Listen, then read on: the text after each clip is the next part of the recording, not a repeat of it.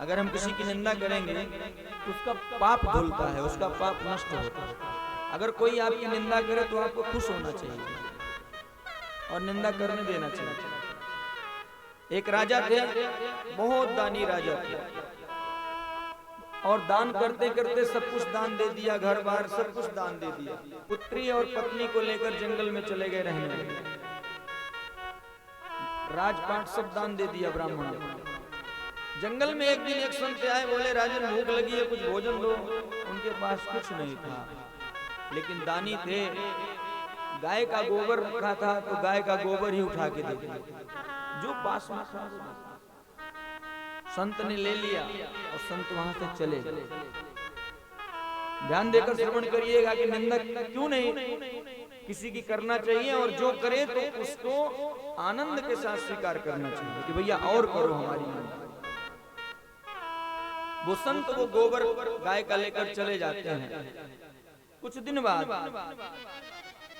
दैव योगवश उनका सब राजपाट लौट आता है, और वो राज सिंहासन पर बैठे थे। तो एक दिन नारद जी पहुंचते हैं और कहते हैं, राजन तुमने अपने जीवन में बहुत धर्म किए हैं, बहुत दान पुण्य किया है, देखो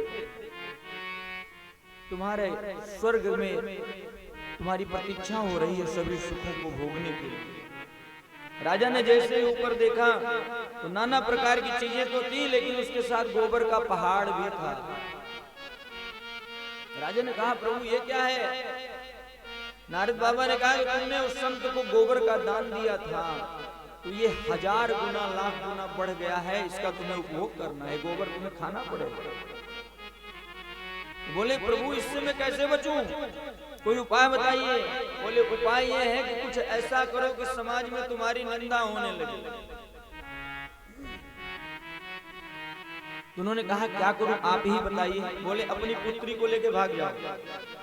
राजा ने ऐसा ही किया, अपनी पुत्री को साथ में लिए और निकल गए, और समाज में ये हल्ला मचवा दिया कि राजा ने अपनी पुत्री को ही लेके और भाग गए।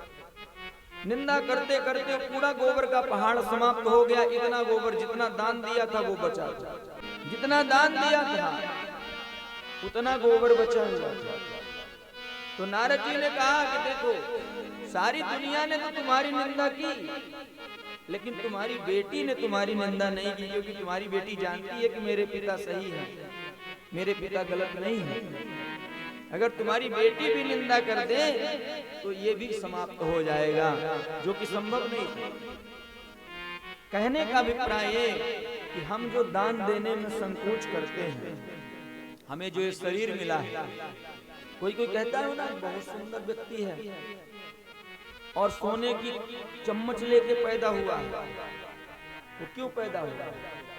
एक झोली में फूल भरे, एक झोली में कांटे रे, कोई कारण होगा। ऐसा तो नहीं है, प्रकृति किसी के साथ दुर्व्यवहार नहीं करती। अगर आप धान बोओगे तो धान ही होगा, गेहूं नहीं होगा, ये सत्य है।